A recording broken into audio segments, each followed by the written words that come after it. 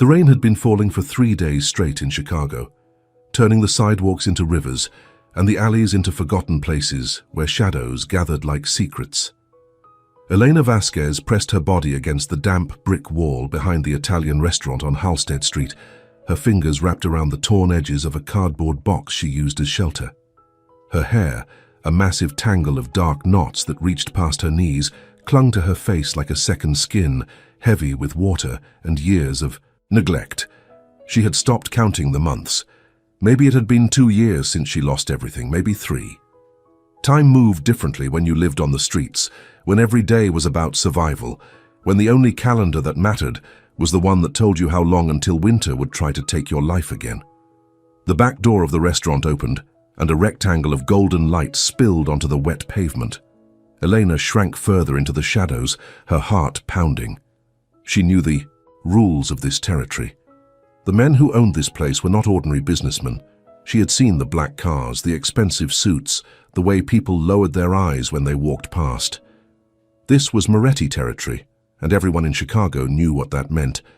A young man stepped out carrying a trash bag. He was maybe 19, with nervous eyes and a white apron stained with tomato sauce. He froze when he saw her, his gaze traveling from her face to the impossible length of her matted hair, coiled around her like a creature with its own life. For a moment, neither of them moved. Then Elena raised one trembling hand, not to beg. She never begged. But the hunger in her stomach had become a living thing, clawing at her insides, and pride was a luxury she could no longer afford. The young man glanced back at the door, fear flickering across his face. Then he did something unexpected.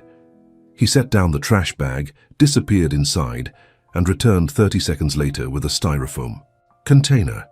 He placed it on the ground 3 feet away from her, as if she were a wild animal that might bite. And then he was gone, the door slamming shut behind him. Elena waited. She always waited. Trust was another luxury, and she had learned its price too many times. When she finally opened the container, the smell of pasta and garlic hit her so hard that tears burned her eyes. Real food. Warm food. She ate with her fingers, not caring about dignity, not caring about anything except the miracle of a full stomach. She did not know that someone was watching her from the window on the 2nd floor. She did not know that this single moment of mercy would change everything.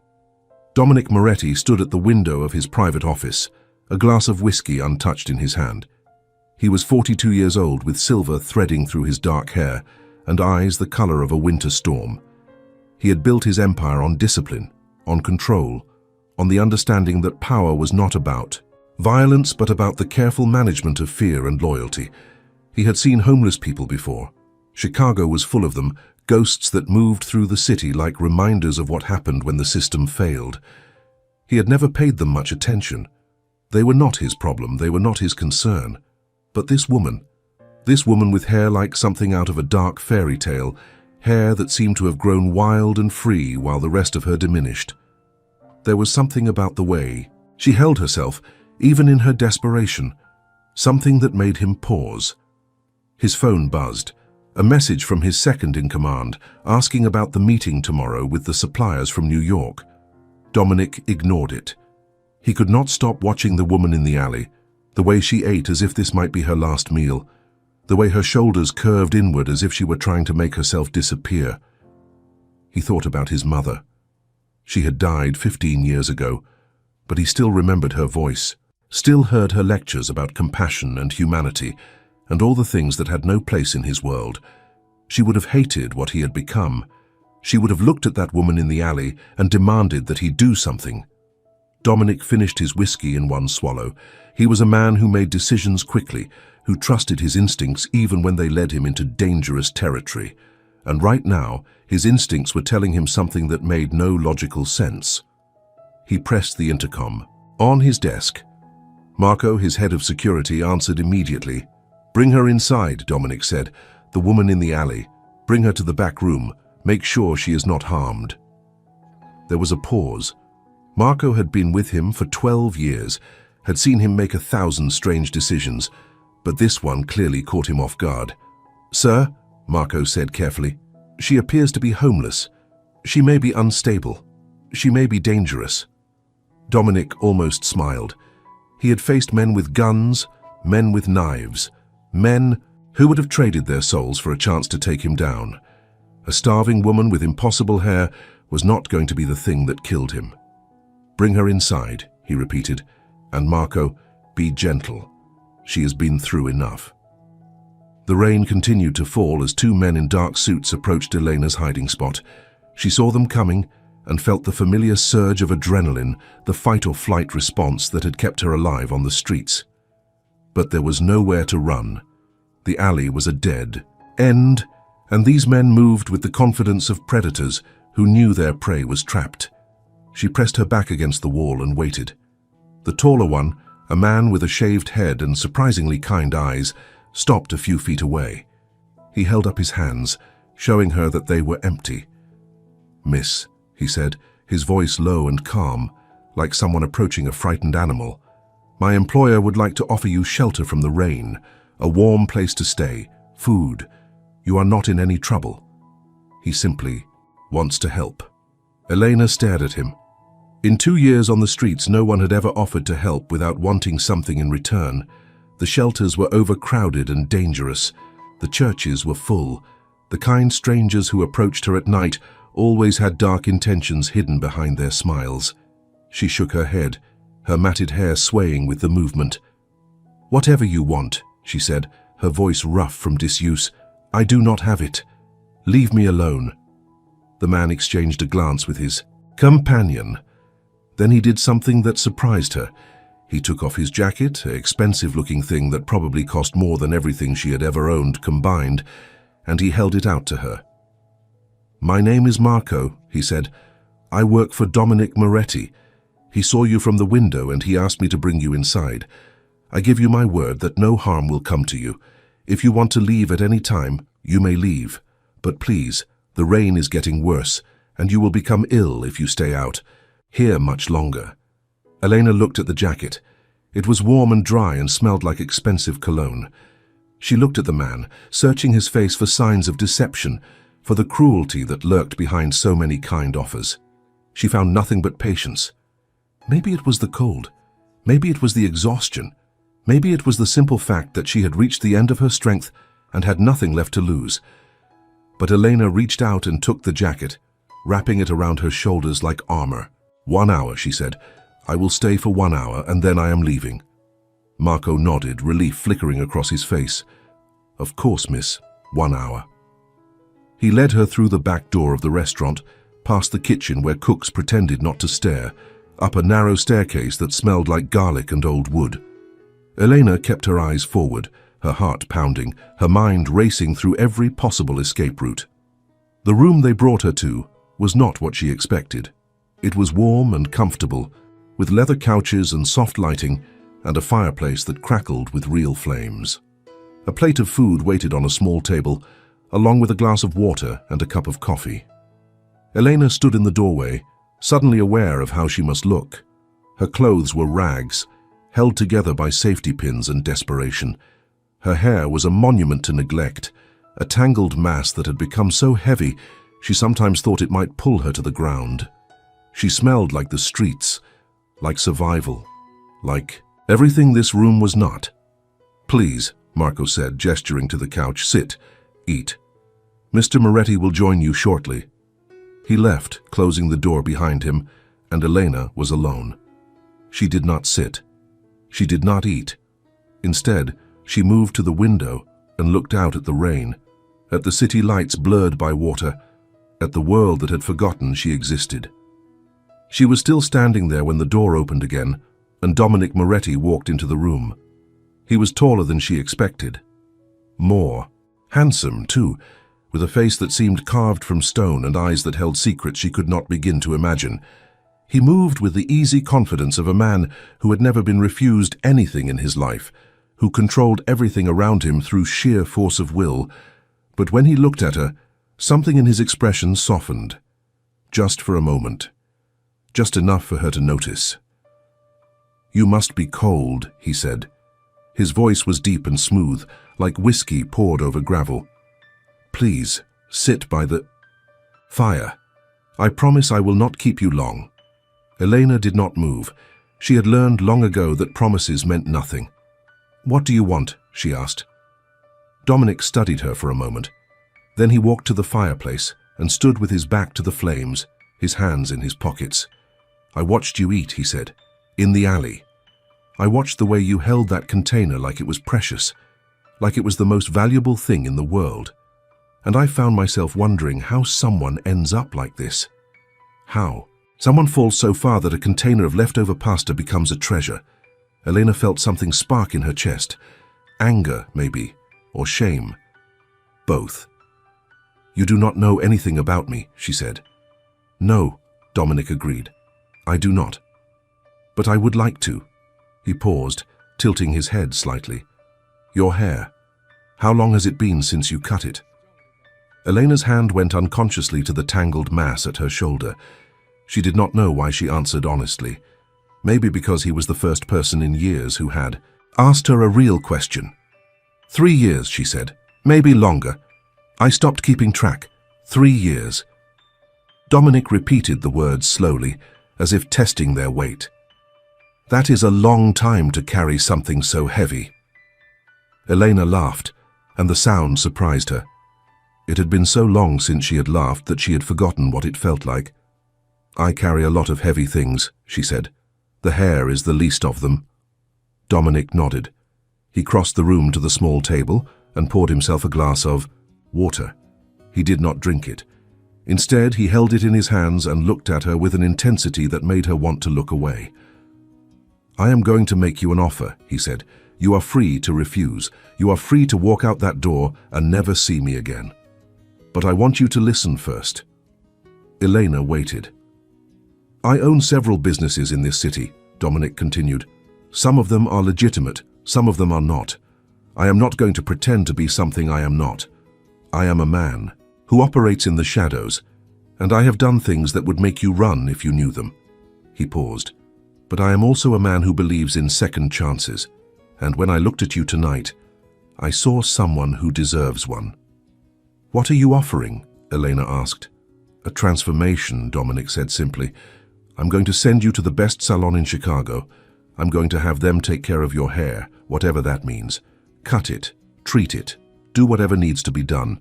I'm going to buy you new clothes. I'm going to give you a place to stay, a real place with a real bed and a door that locks. And I'm going to offer you a job." Elena stared at him. This was not real. This could not be real. People like her did not get offers like this. People like her got forgotten, got ignored, got left to fade away in alleys while the world moved on without them. "Why?" she whispered. "Because I can," Dominic said. "Because it costs me nothing that I cannot spare, and because my mother taught me that. The measure of a man is not in how he treats his equals, but in how he treats those who have nothing to offer him in return." He set down his glass and walked toward the door. Then he paused, looking back at her over his shoulder. "The choice is yours," he said. "You can stay here tonight, warm and safe, and tomorrow morning my driver will take you to the salon. Or you can leave right now, and I will never bother you again." He opened the door. "But Elena, consider this. When was the last time someone offered you a tomorrow?" He left, and Elena was alone again. She stood by the fire for a long time, watching the flames dance, feeling the warmth seep into bones that had been cold for years. She thought about the streets, about the cardboard boxes, and the cruel winters and the endless parade of days that all looked the same. She thought about her hair, about the weight of it, about how it had become a symbol of everything she had lost and everything she had stopped caring about. And she thought about tomorrow. When Marco came to check on her an hour later, she was asleep on the couch, her impossible hair spread around her like a dark river, her face peaceful for the first time in years. She had made her choice. Check if you are already subscribed to this channel. Every week we bring you stories of transformation and redemption, stories that will make you believe in second chances. Subscribe now and become part of a community that believes in the power of hope. The morning came slowly, filtering through the heavy curtains like a cautious visitor. Elena woke to the smell of fresh coffee and the sound of rain still tapping against the windows. For a moment, she did not know where she was. The couch was too soft, the room was too warm, the silence was too complete. Then she remembered. She sat up slowly, her hair falling around her in heavy curtains, and found a tray waiting on the table beside her. Coffee, fresh fruit, pastries still warm from the oven. A small card that read, "Whenever you are ready, Marco will take you to the salon. Take your time. D." Elena stared at the card for a long moment. The handwriting was elegant, precise, the kind of writing that came from expensive schools and careful practice. She traced the letter D with her finger, wondering what kind of man offered salvation to strangers in alleys. She ate slowly, savoring every bite, still half convinced that this was a dream from which she would soon wake. The coffee was the best she had ever tasted. The pastries melted on her tongue like sweet clouds. Even the fruit seemed more vibrant, more real, as if she had been eating shadows for years and was only now discovering color. When she finished, she found a bathroom attached to the room. There was a shower with multiple heads, bottles of soap and shampoo that smelled like expensive flowers, towels so thick they felt like embraces. Eleanor stood under the hot water for 20 minutes, watching years of grime swirl down the drain, feeling layers of her old life wash away. Her hair was another matter. It was so tangled, so matted, that the water could not penetrate it. She tried to work her fingers through a small section and felt the knots resist, solid as stone. This was the accumulation of 1,000 sleepless nights, 1,000 rainstorms, 1,000 days when survival had taken priority over everything else. She dried off and wrapped herself in a bathrobe that hung on the back of the door. It was white and soft, and probably cost more than a month's rent in her old apartment, back when she had an apartment, back when she had a life. A knock at the door. Elena opened it to find a young woman with kind eyes and a warm smile, holding a stack of clothes. "Mr. Moretti thought you might want something clean to wear," the woman said. "I hope these fit.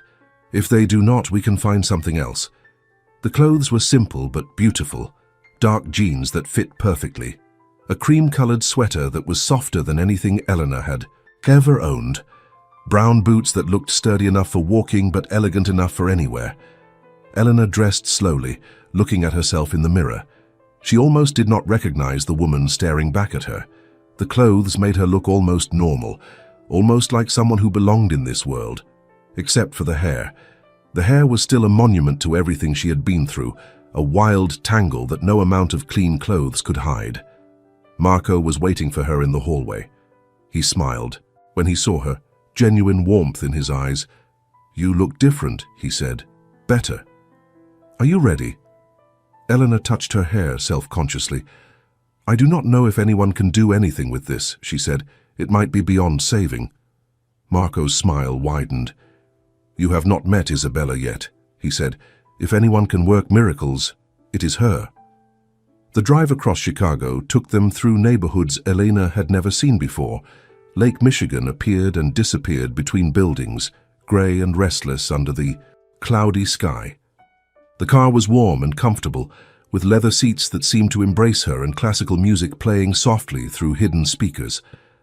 Marco drove in silence, giving her space to think. Elena appreciated that.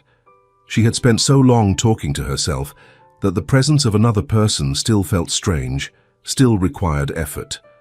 They stopped in front of a salon in the Gold Coast neighborhood. The building was all glass and chrome, modern and expensive, the kind of place that Elena would have walked past 1,000 times without daring to enter. "This is it," Marco said. "Isabella is expecting you. Take as long as you need. I will wait here." Elena stepped out of the car and stood on the sidewalk, looking up at the building. People walked past her without a second glance, probably assuming she was another customer, another woman with money to spare and time to kill. If only they knew. She pushed open the glass door and entered a world of white marble and soft lighting, and the subtle scent of lavender.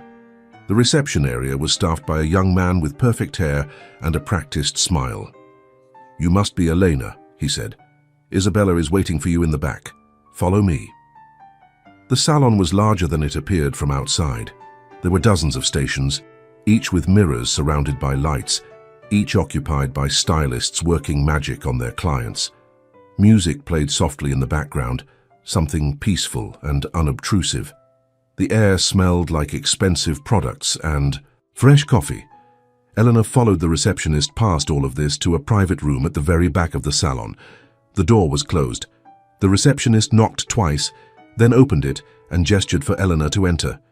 The room was different from the rest of the salon, warmer, more personal. There were plants in the corners and photographs on the walls, and a single chair in the center, facing a large mirror. And there was Isabella. She was perhaps 60 years old, with silver hair cut short and stylish, with hands that looked strong and capable, with eyes that seemed to see everything and judge nothing. She wore simple black clothes and no jewelry except for a thin gold chain around her neck. "So," Isabella said, her voice carrying a faint Italian accent. "You are the one Dominic called me about." Elena nodded, suddenly unable to speak. Isabella walked around her slowly, studying her from every angle. Her eyes lingered on Elena's hair, on the massive tangle that hung almost to the floor. "May I touch it?" Isabella asked. Elena nodded again. Isabella's hands were gentle as they explored the damage. She lifted sections, tested knots, traced the path of tangles that had been building for years. Her face revealed nothing as she worked, but Elena could feel her attention, her focus, her complete dedication to understanding the problem before her. Finally, Isabella stepped back. "Tell me," she said, "how long has it been since someone took care of you?" Elena felt tears prick her eyes. The question was so simple, so direct and so devastating. "I do not remember," she whispered. Isabella nodded as if this was the answer she expected. "Sit," she said, gesturing to the chair. "We have a lot of work to do." Eleanor sat. The chair was comfortable, almost like a throne. She faced the mirror and saw herself, saw the woman she had become, saw the hair that had grown wild while the rest of her diminished. "I should warn you," she said. "It might be impossible. You might have to cut it all off." Isabella smiled, and for the first time warmth entered her eyes. "Nothing is impossible," she said. "Some things just take more patience than others." She began to work. The process took hours. Isabella started at the bottom, working with oils and conditioners and tools that Eleanor had never seen before. She did not rush. She did not force. She coaxed each tangle apart with patience that seemed almost inhuman, treating Eleanor's hair not as a problem to be solved, but as a puzzle to be unraveled. Other stylists came to watch. They stood in the doorway, their eyes wide, whispering to each other. Elena heard fragments of their conversations. Unbelievable. How did it get like this? Look at what Isabella is doing. But Isabella paid them no attention. She was lost in her work, humming softly as her hands moved through Eleanor's hair, finding paths through chaos, creating order where there had been none. Sometime in the afternoon, a young woman brought lunch, sandwiches and salads and sparkling water, with lemon. Isabella insisted that Elena eat, taking a break herself to stretch her hands and rest her eyes.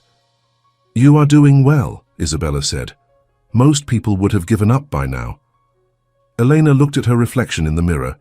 There was still so much hair tangled around her, still so much work to be done. But she could see progress. She could see strands beginning to separate, beginning to remember what it was like to be individual instead of part of a mass. "Why are you doing this?" Elena asked. "You do not even know me." Isabella smiled that warm smile again. "Dominic called me yesterday," she said. "He told me about you. He said you were someone who deserved a chance. He said he looked at you and saw his mother." Eleanor blinked. His mother.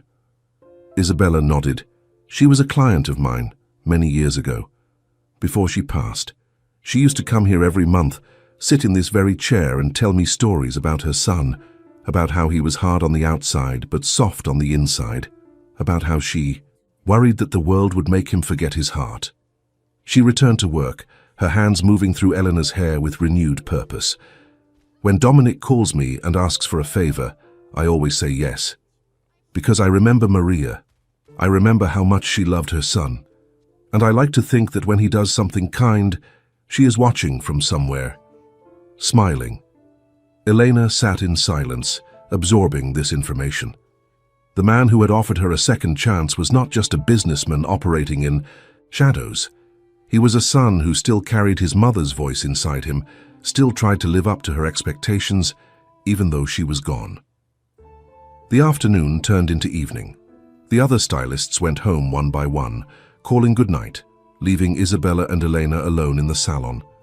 The lights outside the windows changed from grey to golden to dark, marking the passage of time that Elena had stopped tracking. And still, Isabella worked. Finally, as the clock approached 9, Isabella stepped back and set down her tools. "There," she said, "it is done." Elena opened her eyes. She had not realized she had closed them. The woman in the mirror was a stranger. Her hair fell past her shoulders in smooth, dark waves. It was still long, still substantial, but it was alive now. It moved when she moved. It caught the light and reflected it back in shimmers of brown and black and hidden red. It was the hair of someone who mattered, someone who was seen, someone who existed in the world instead of hiding from it. Elena raised her hand and touched it. The strands slipped through her fingers like silk. "I saved as much as I could," Isabella said. "Some of it was too damaged, but most of it just needed patience and care." She smiled. "Like you." Elena tried to speak, but no words came. Instead, tears rolled down her cheeks, and she did not try to stop them. Isabella handed her a tissue and stood behind her, their eyes meeting in the mirror. "You are beautiful," Isabella said. "You were always beautiful. The world just forgot to notice. But now they will see." Elena wiped her eyes and took a deep breath. "Thank you," she said. "I do not know how to thank you. You do not need to thank me." Isabella's hand rested briefly on Elena's shoulder. "Just live. That is enough." Marco was still waiting outside when Elena emerged from the salon. He had moved the car closer to the door, and he was leaning against it, scrolling through his phone. When he looked up and saw her, his face went through a series of expressions that Elena would remember for the rest of her life. Surprise, recognition, wonder. "Miss Elena," he said, straightening up. "You look—" He trailed off, shaking his head. "You look incredible." Elena laughed, and this time the sound did not surprise her.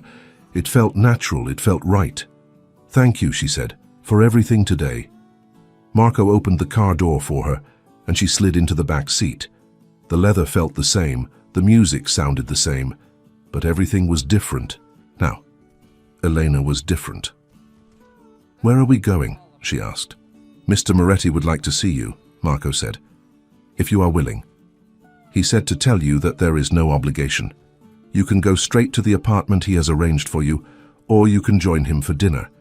The choice is yours." Elena looked at her reflection in the car window. The woman staring back at her had choices now, had options, had a tomorrow that looked different from all the yesterdays. "Take me to him," she said. Marco smiled and started the car. The restaurant was different at night, softer, more intimate. The tables were lit with candles, and the windows looked out onto a street that glistened with recent rain. Music played somewhere in the background, something with violins and longing. Dominic was waiting at a corner table, a glass of red wine in front of him. He wore a dark suit and an open-collared shirt, and he looked like someone from a movie, someone who existed in a world of beauty and danger and impossible choices. When Elena approached, he stood. The movement was automatic, ingrained, the kind of manners that came from generations of expectation. But his eyes betrayed something else entirely. "Elena," he said, and her name on his lips sounded like a discovery. "You look—" He paused, searching for the right word. "Reborn." Elena smiled and took the seat he offered. "I feel reborn," she said. "Isabella is a miracle worker." "She is," Dominic agreed, sitting back down. "She has been taking care of women in this city for 40 years. My mother used to say that Isabella did not just do hair, she did hope." Eleanor picked up the menu, more to have something to do with her hands than because she was ready to order. "Your mother sounds like she was a special woman." She was. Dominic's voice softened. She died 15 years ago, but I still hear her voice sometimes, telling me to be better, telling me that power means nothing without compassion. A waiter appeared, took their orders, and disappeared again. The restaurant was quiet, with only a few other tables occupied. Privacy, Elena realized, was something that men like Dominic could buy. "Tell me about yourself," Dominic said. Before the streets." Elena considered the question. It had been so long since anyone had asked about her past that the memories felt like artifacts from another life, dusty and fragile.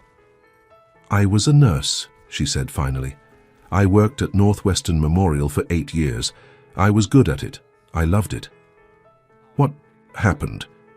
Elena looked at the candle flame dancing between them. "My husband happened," she said. "We were married for 5 years. At first it was good. He was charming, attentive. Everyone said I was lucky." She paused, and then, slowly, everything changed. He started controlling what I wore, who I saw, what I said. And then, the control turned into something worse. Dominic's jaw tightened, but he said nothing. "I tried to leave," Elena continued, 3 times. "But he always found me. He had connections, friends in places that mattered. The 3rd time he took everything, my job, my apartment, my bank accounts. He made me disappear from my own life. And you ended up on the streets." Elena nodded. "I was too ashamed to ask for help, too proud, too scared. I thought that if I just kept moving, if I just stayed invisible, maybe he would eventually forget about me." She laughed bitterly. "Instead, I forgot about myself." Dominic was quiet for a long moment. Then he reached across the table and took her hand. His palm was warm and rough, the hand of a man who had done hard things. "You are not invisible anymore," he said. "And if your husband is still looking for you, he will have to go through me." Elena felt something shift inside her chest. A wall she had built years ago, brick by brick, began to show cracks. "Why?" she asked. "Why are you doing all of this? You do not owe me anything." Dominic did not answer immediately. He released her hand and sat back, his eyes distant. 20 years. "Ergo," he said finally, "I made a choice. I chose power over everything else. I built an empire, but I built it on things that my mother would have hated. She died thinking I would become something better. And every day since, I have carried that failure with me." He looked at her, and for the first time, Elena saw vulnerability in his eyes. "When I saw you in that alley," he said, "I saw someone who had fallen, and I thought, maybe this is my chance. Maybe if I help one person rise again, it will mean something. Maybe my mother will forgive me." Elena did not know what to say. The man sitting across from her was not the monster she had expected. He was something more complicated, something more human. The food arrived, and they ate in companionable silence. The meal was exquisite, each dish a work of art. But Elena barely tasted it. She was too aware of the man across from her, too aware of the strange path that had brought them together. After dinner, Dominic walked her to the car. The rain had stopped, and the city glittered under a sky that was beginning to clear. "Marco will take you to your new apartment," Dominic said. "Everything you need is there. Clothes, food, whatever you want. And tomorrow, if you are willing, I would like to show you the job I have in mind." Elena looked at him. "What kind of job?" Dominic smiled, and the expression transformed his face from intimidating to almost boyish. "I own a clinic," he said. "A free clinic on the south side. It serves people who have nowhere else to go, people like you were. It needs nurses, good nurses. I thought maybe you might want to remember what you were good at." Elena felt her heart squeeze. "You are offering me my life back," she said. "I am offering you a chance to build a new one," Dominic corrected. "What you do with it is up to you." He opened the car door for her, and she paused, one hand on the frame. "Dominic," she said. He looked at her. "Thank you." He nodded once, something unreadable passing through his eyes. Then, he stepped back, and Marco started the car, and Elena watched him grow smaller in the rearview mirror until he disappeared entirely. If you are watching this right now, and something in Elena's story is touching your heart, leave a comment saying, "Everyone deserves a second chance." Let me know you believe in redemption. Let me know you believe that transformation is possible for anyone, no matter how far they have fallen. 3 weeks passed, like a dream that Elena was afraid to wake from. The apartment Dominic had arranged for her was small but beautiful, with large windows that looked out over the Chicago skyline and a kitchen stocked with more food than she could eat in a month. She spent the first few days just touching things: the soft blankets on the bed, the thick towels in the bathroom, the coffee maker that worked every time she pressed the button. She started working at the clinic on her 4th day. It was everything Dominic had described and more. A small building on the south side painted bright blue, filled with people who had nowhere else to go. Mothers with sick children, elderly men with chronic conditions, teenagers who had never seen a doctor in their lives. Eleanor remembered how to be a nurse. It came back to her like muscle memory, like riding a bicycle, like breathing. She took vitals and dressed wounds and held hands and listened. So much listening. These people had been ignored for so long that sometimes they just needed someone to hear them. The other staff welcomed her without questions. They were used to people arriving with complicated pasts. They judged each other by what they did, not by where they came from. Dominic visited the clinic once a week. He came not as an owner, but as a volunteer, helping wherever he was needed. Elena watched him carry boxes and mop floors and play games with the children waiting for their appointments. He was different here than he was in his other world, softer, more present. She found herself looking forward to his visits, found herself thinking about him when he was not there. One evening after the clinic had closed, Eleanor was finishing paperwork when Dominic appeared in the doorway of her small office. "Working late," he said. Elena looked up and smiled. "There is always more to do." Dominic nodded and leaned against the doorframe. "You have been here 3 weeks," he said. "How does it feel?" Elena set down her pen and considered the question. "It feels like coming home," she said, "except better. Because this home is one I chose." Dominic smiled, and Elena felt that wall inside her crack a little more. "I want to show you something," he said. "Will you come with me?" Elena hesitated. "Where?" "Somewhere that matters to me." He held out his hand. "Trust me." She looked at his hand. Strong, capable. The hand of a man who had done hard things, but was trying to do better. She took it. He drove them himself this time, in a sleek black car that purred like a contented animal. The city passed by, the windows in ribbons of light, and Elena watched it without really seeing it. She was too aware of his presence beside her, too aware of the warmth radiating from his body. They stopped at a cemetery on the outskirts of the city. The rain had returned, soft and gentle, and Dominic held an umbrella over them both as they walked between rows of headstones. They stopped at a grave marked with a simple stone. Maria Moretti, beloved mother, 1945, 2009. Dominic stood in silence for a long moment, looking, sit down at the stone. Then he spoke. "I come here when I need to remember who I am supposed to be," he said, "when the darkness gets too heavy, when I forget why I started trying to be better." Elena said nothing. She understood the weight of grief, the way it settled into your bones and never quite left. "I wanted you to meet her," Dominic continued, "in a way." He looked at Eleanor. "I wanted her to meet you." "Why?" "Because you are the first person in a long time who has made me feel like I might be worthy of her memory." Elena felt tears prick her eyes. "Dominic," she said softly. He turned to her and the look in his eyes was raw, unguarded. Everything he usually kept hidden was right there on the surface. "I know I am not a good man," he said. "I know the things I have done.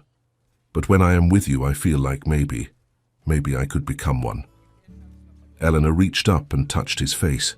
Her fingers traced the line of his jaw, rough with stubble. "You are already trying," she said. "That is more than most people do." He closed his eyes at her touch, and she saw the tension in his shoulders begin to release. They stood there in the rain, beside his mother's grave, and something passed between them that neither of them could name. It was not love. Not yet. It was something before love. Something that might grow into love if given enough time and care. Elena took his hand again, and they walked back to the car together. The next morning, Elena woke to a knock on her apartment door. She opened it, to find Marco standing in the hallway, his face serious. "Miss Elena," he said, "Mr. Moretti sent me. We have a problem." Elena felt her stomach drop. What kind of problem? Marco hesitated. "It is about your husband," he said. "He has found you." The world tilted. Elena grabbed the doorframe to steady herself. Her heart was pounding so hard she could hear it in her ears. "How?" she whispered. Marco shook his head. "We are not sure, but he arrived in Chicago yesterday. He has been asking questions." Showing. "Your photograph around." Elena's legs threatened to give out. 3 years. 3 years of running, of hiding, of building walls around herself, and he had still found her. "Mr. Moretti wants to see you," Marco said. "He has a plan, but you need to come now." Elena dressed in a daze, her hands shaking as she pulled on clothes. The fear was back, crawling up her spine like a living thing. She had thought she was free. She had thought she was safe. She should have known better. The drive to Dominic's office felt endless. Elena sat in the back seat of the car, watching the city pass by, feeling her new life crumble around her. When they arrived, Dominic was waiting for her. He took one look at her face and crossed the room in 3 long strides, pulling her into his arms. "I have got you," he said. "He will not touch you. I swear it on my mother's grave." Elena buried her face in his chest, breathing in his scent, drawing strength from his solid presence. "I should leave," she said. "I should disappear again. I should not have let myself believe this could last." Dominic pulled back and took her face in his hands. "Look at me," he said. She looked. "You are not running anymore," he said. "Running does not work. It never works. The only way to be free is to face the thing that haunts you. And when you face it, I will be right beside you." Elena felt something inside her shift. She had spent so long being afraid, so long letting fear control every decision. And here was this man, this complicated, dangerous, tender man, offering to stand with her. "What is your plan?" she asked. Dominic released her and walked to his desk. He picked up a folder and handed it to her. "Your husband," he said. "His name is Richard Caldwell. He works for a lobbying firm in Washington. He has connections to 3 senators and several powerful businessmen. He believes he is untouchable." Elena opened the folder. There were photographs, documents, financial records, evidence of crimes she had never known about. "How did you get this?" she asked. "I have resources," Dominic said. "I have been gathering information since you told me about him, and I discovered something interesting." "What?" Dominic smiled, but it was not a pleasant smile. It was the smile of a predator who had cornered his prey. "Your husband has enemies," he said. "Powerful enemies. People he has wronged. People who would love nothing more than to see him brought down. All they need is someone willing to light the match." Elena looked at the documents in her hands. 3 years of running, 3 years of fear. And here in this folder was everything she needed to end it. "What do I have to do?" she asked. "Nothing," Dominic said. "You do not have to do anything. I will handle this. All you have to do is trust me." Elena looked at him, at this man who had pulled her from an alley and given her hope, at this man who had introduced her to his mother's grave and confessed his dreams of redemption. "I trust you," she said. Dominic nodded. "Then it begins." The confrontation happened 3 days later. Elena was working at the clinic when she saw him through the window. Richard, her husband, standing across the street, watching the building with that same cold calculation she remembered from their marriage. He looked older, grayer, but the cruelty in his eyes was exactly the same. She did not run. She did not hide. Instead, she walked to the window and stood there, letting him see her. Their eyes met across the distance, and Elena felt something she had never expected to feel. Nothing. No fear, no panic, no desperate urge to flee. Just the calm certainty that she was done letting this man control her life. Richard crossed the street and entered the clinic. The patients in the waiting room looked up at him with wary eyes. He ignored them, his attention fixed on Eleanor. "There you are," he said. His voice was the same too, smooth and poisonous. "Do you know how much trouble you have caused me?" Eleanor did not answer. She simply turned and walked toward the back of the clinic, knowing he would follow. The confrontation room, as Dominic had called it, was a small office at the end of the hallway. Eleanor entered and took a seat behind the desk. Richard followed, closing the door behind him. "You look different," he said, studying her. "Someone has been taking care of you." "I have been taking care of myself," Eleanor said, "for the first time in years." Richard laughed, that same cold, dismissive laugh she remembered. "You are nothing without me," he said. "You never were. You will come back now. You will come back, and you will remember your place, and we will never speak of this again." "No," Elena said. The word hung in the air between them. Richard's face changed. The mask of charm slipped, and she saw the monster underneath. "You do not tell me no," he said. "No one tells me no. I just did." He moved toward her, and Elena did not flinch. She did not have to. The door opened, and Dominic walked in. He was not alone. Behind him were Marco and 4 other men, all of them wearing the serious expressions of people who meant business, and behind them, to Elena's surprise, were 2 women she did not recognize. One wore a business suit, the other carried a camera. Richard stopped. He looked at Dominic, then at the men, then at the women. Confusion crossed his face. "Who are you?" he demanded. Dominic smiled. "My name is Dominic Moretti," he said, "and you are in my city." Richard's confusion turned to recognition, then to something that looked almost like fear. "Moretti," he repeated, "I have heard of you. Then you know that crossing me is a mistake." Richard straightened, trying to recover his composure. "This is between me and my wife," he said. "It has nothing to do with you." Dominic walked slowly across the room until he was standing directly in front of Richard. He was taller, broader, more physically imposing in every way, but that was not what made Richard step back. It was the look in Dominic's eyes. The absolute certainty of a man who had decided exactly how this would end. "Elena is under my protection," Dominic said.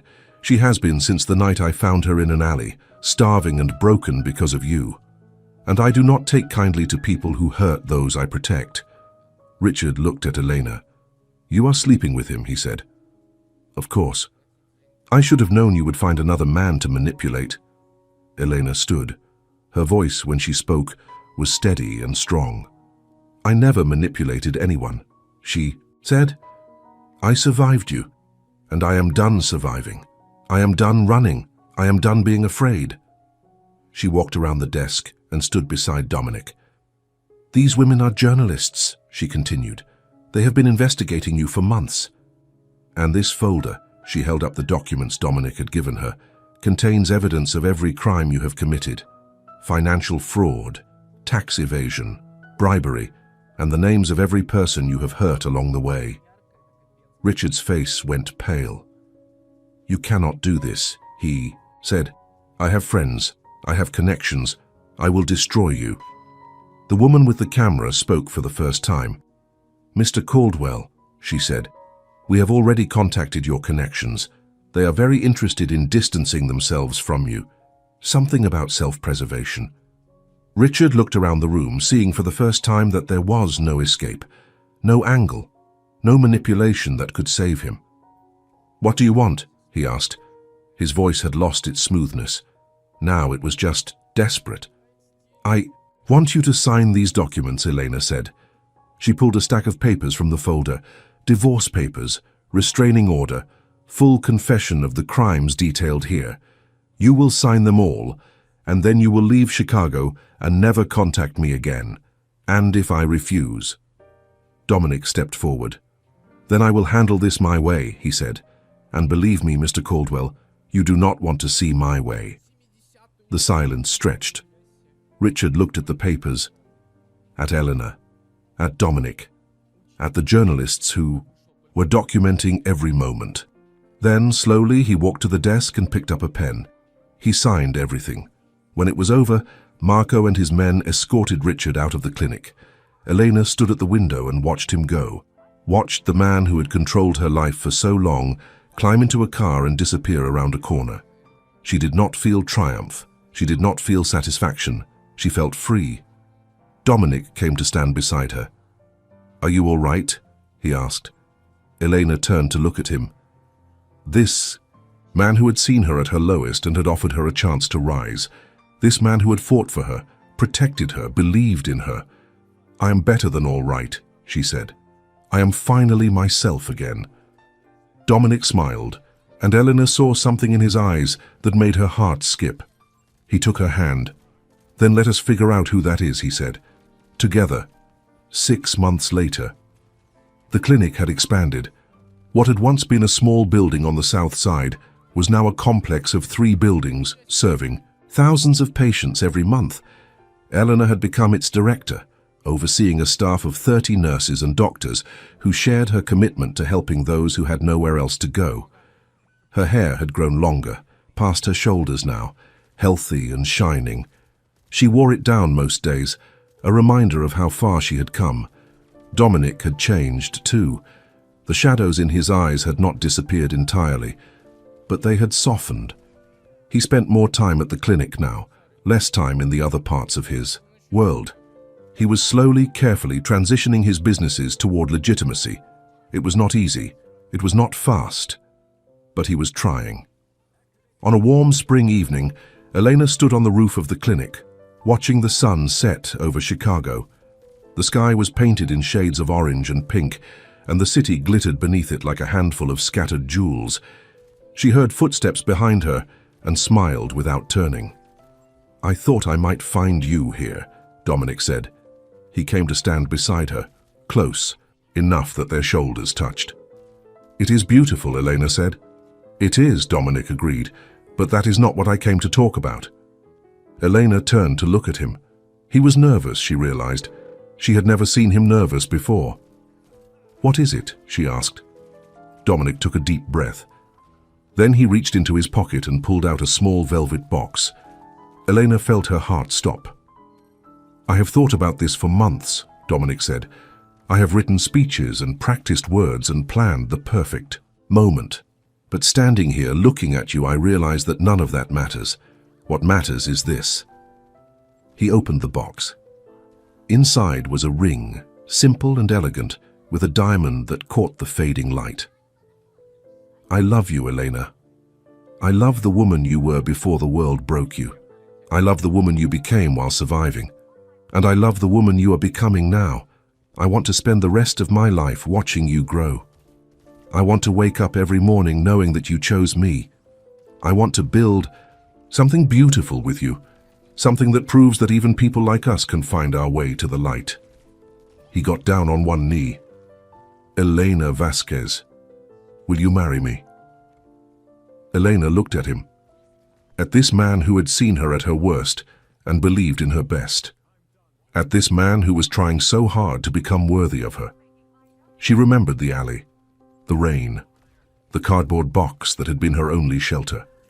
She remembered thinking that her life was over, that she had nothing left, that she would die, forgotten and alone. And then she remembered his hand reaching out to help her stand. "Yes," she said, "yes, I will marry you." Dominic's face broke into a smile so bright it rivaled the sunset. He slipped the ring onto her finger and stood, pulling her into his arms. They kissed as the sun disappeared below the horizon, as the city lights flickered to life, as the stars began to appear one by one in the darkening sky. And somewhere, Elena was sure, Maria Moretti was watching and smiling. The wedding was small and private. Just Elena and Dominic, Marco and Isabella, and a handful of people from the clinic. They held it in a garden on the outskirts of the city, surrounded by flowers and soft music, and the people who had become their family. Elena wore a simple white dress and carried a bouquet of wildflowers. Her hair was braided with tiny blossoms, and she had never felt more beautiful. Dominic wore a dark suit and the expression of a man who could not quite believe his luck. When The officiant asked if they would take each other as husband and wife. They both said yes without hesitation. And when they kissed, Eleanor felt something she had not felt in years. Hope. Pure, uncomplicated hope. That night, they danced under the stars. The music was soft, and Dominic held her close, and Eleanor rested her head against his chest and listened to his heartbeat. "I never thought I would have this," she said. "Neither did I," Dominic admitted. She looked up at him. "Do you think we deserve it?" He considered the question. Then he smiled. "I think we have earned the right to find out." They danced until the stars began to fade and the sky began to lighten with the promise of a new day. And when they finally went home, to the house that was now theirs, to the life they were building together, Elena realized something important. She had spent years carrying the weight of her past, the failures, the pain, the impossible hair that had become a symbol of everything she had lost. But she was not carrying any of it anymore. She was light, she was free, she was loved, and for the first time in her life she was exactly where she was supposed to be. If you have watched this far, it is because you liked this story. Leave a comment saying, "I have watched this far," so I can get to know you and see who really enjoys the stories here on the channel. And if this story touched your heart, if it made you believe in second chances and transformation and the power of love to heal even the deepest wounds, then please give this video a like and share it with someone who needs to hear it. Because everyone deserves to know that no matter how far they have fallen, there is always a hand reaching out to help them stand again. Thank you for watching. Thank you for being here. Thank you for believing in stories that remind us what it means to be human. Until next time.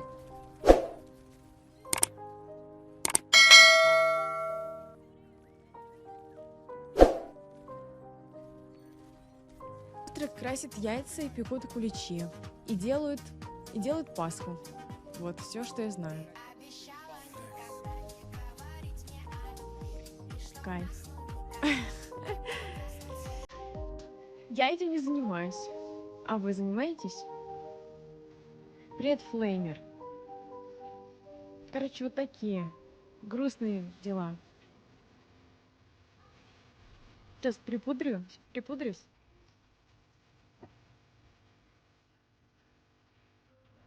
Завтра выпуск «Беременна в 16». А мы не смотрим «Беременна в 16», мы такое не любим. Ну, не знаю, насчет них я не люблю смотреть такое.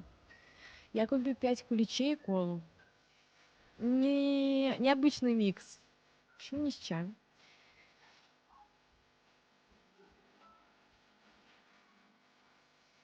Нет, он постоянно ест морковь. Он обожает морковь. Кулич покупай, яйца покрашу в луке. По-модному, вон костыль-то занимается.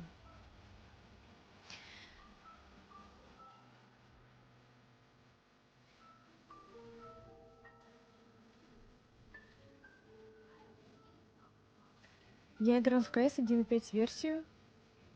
Ник был Угу. И там в номерке номер 1 приставка была EGK. И я решил ебошки. Понятно. В луке это по-староверски.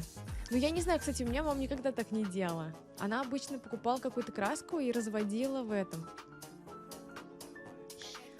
стаканчиках, и потом опускала туда. Как-то так. Понятно. Мне как-то подруга угощала куличами, которые они делали на продажу.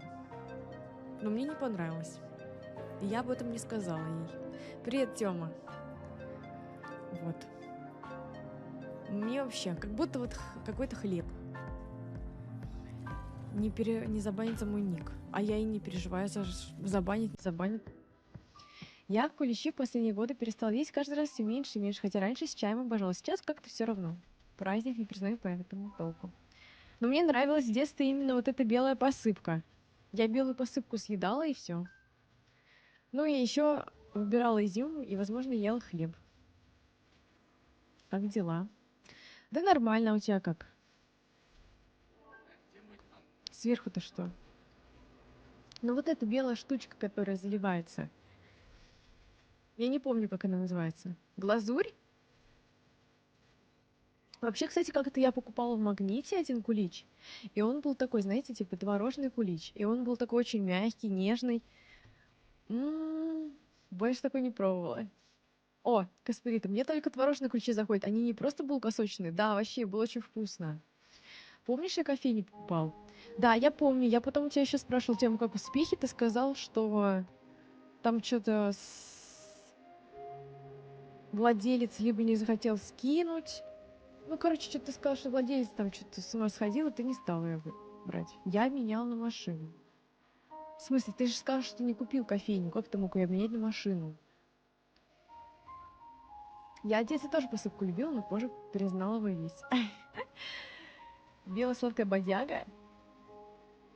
Ну, она, кстати, вообще-то делается вроде из яйца, сахара, ну, что-то такого. Короче, как вот эти есть десерты такие, как они называются, сейчас скажу. Безе. Вот по безе похоже по составу. Сейчас КБ творожный продают. Надо зайти посмотреть. Я купил другой, обменял на машину. Ну, не знаю, как-то странно. Что-то как-то странно, ребят. Привет, Ктикс. А я куличи никогда не любил. Лучше кексики с чаем попить. Но кексики как-то не распространены в этот праздник. Либо, может, сейчас кто-нибудь делает. Лекстенс, привет. Хай. Маритас, привет.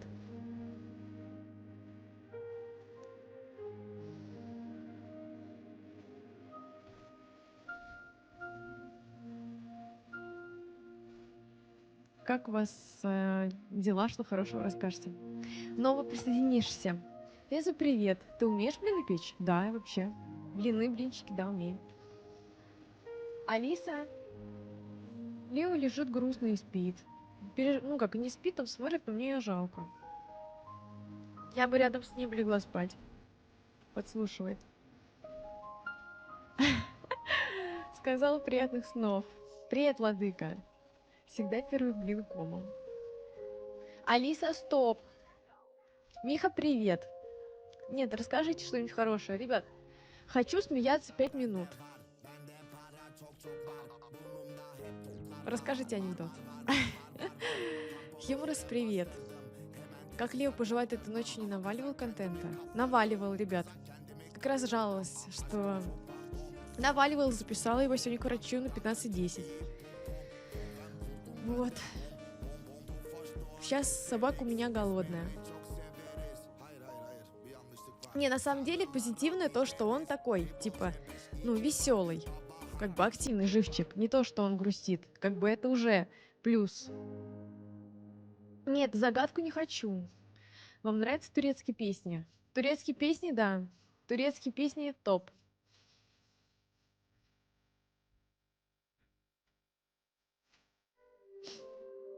А при чем тут блины? Дегустатор. Анекдот? Да, анекдот давайте. Ой, как анекдот, это что-то смешное. Да, анекдот, пожалуйста.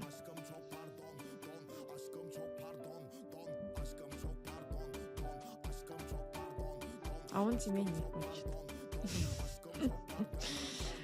Понятно, понятно, вот так и живем. Так и живем. Привет, Ридарк Дюк. А че ты ВКонтакте зашел? Как там работа? Эджими Синигма, привет. У меня на работе завал, поэтому хороших новостей нет. Единственное, что могу высказать, что ненавижу прокуратуру. Они у нас занимаются вообще не тем, чем должны. Интересно. Чем они должны заниматься и чем они не занимаются? Я тоже турчанка, решил проверить трансляцию, там играла турецкая песня. На прошлой трансляции ты имеешь в виду Лекстенс? Или где? Все, собака устала и спит.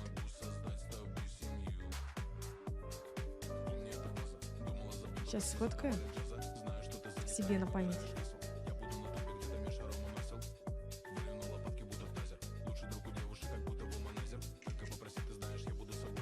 Да. В центре не робит Twitch. А, точно, точно. Работа третий день, и я начинаю скучать. Слишком все легко.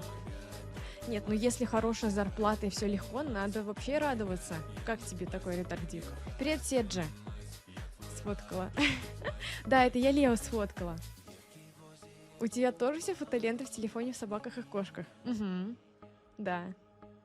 Ну еще я улицу фоткаю.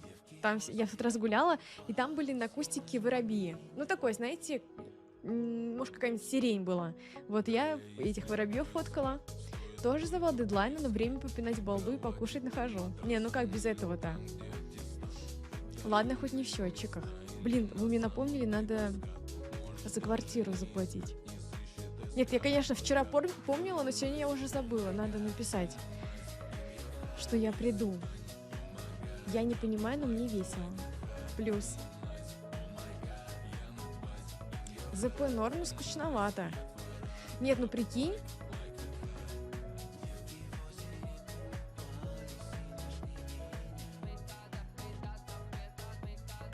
Тебе станет скучно, ты решишь сменить работу, и там будет полный завал, вообще лютый, но ты будешь получать так же. А так ты можешь, может, ты чем-нибудь можешь изучать в этот момент, пока тебе скучно там. Какие-нибудь ролики классно посмотреть. Докс, привет. Не очень, а у тебя? Вчера сметанку купил и варенье подарили из крыжовника. Буду блинами объедаться. Вон, за блины заговорили. Лучше уж пусть на работе будет скучновато, чем завал. Ну, может быть, потом появятся какие-нибудь клиенты, дадут шума.